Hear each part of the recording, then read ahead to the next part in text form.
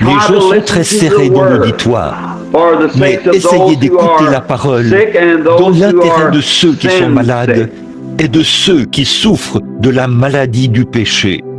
Surtout pour ceux qui souffrent de la maladie du péché ce matin et qui veulent trouver la paix. La proclamation d'émancipation a été signée. Vous êtes libre, mais vous ne le savez pas, c'est tout. Mais avant tout, la foi doit avoir un lieu de repos divin. Si vous avez la foi en Dieu, il vous faut avoir un lieu de repos divin où la placer. Et il n'y a pas de meilleur endroit, ni aucun autre moyen divin, si ce n'est par la sainte parole de Dieu. Et nous voulons faire reposer notre foi directement sur la parole écrite de Dieu. L'homme, dans son état charnel et ses conceptions mentales, il s'éloigne toujours de Dieu.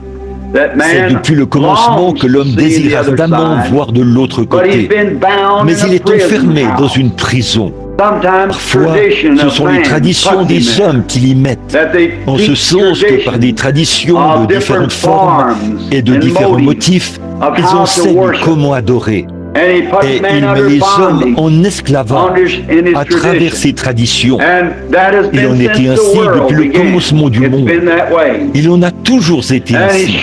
Et il est enfermé dans les prisons. Mais l'homme a toujours désiré ardemment voir de l'autre côté.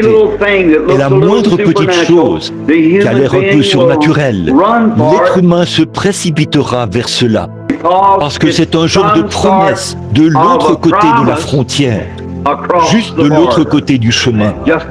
Et ce qui le pousse à agir ainsi, c'est le fait qu'il était créé à l'image de son Créateur, le Dieu Tout-Puissant. Il a été créé pour adorer Dieu. Et il lui faut trouver un endroit où exprimer ce sentiment. Et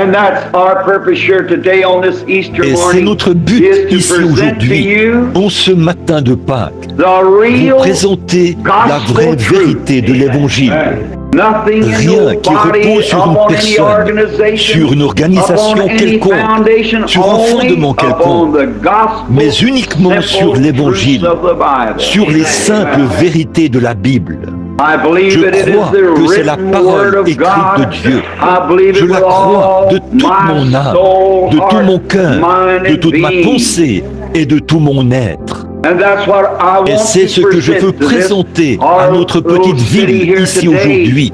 Cette grande chose merveilleuse que j'ai vue se produire dans le monde entier au cours des 10 dernières années. Nous avons essayé bien souvent d'avoir des services de guérison dans cette ville.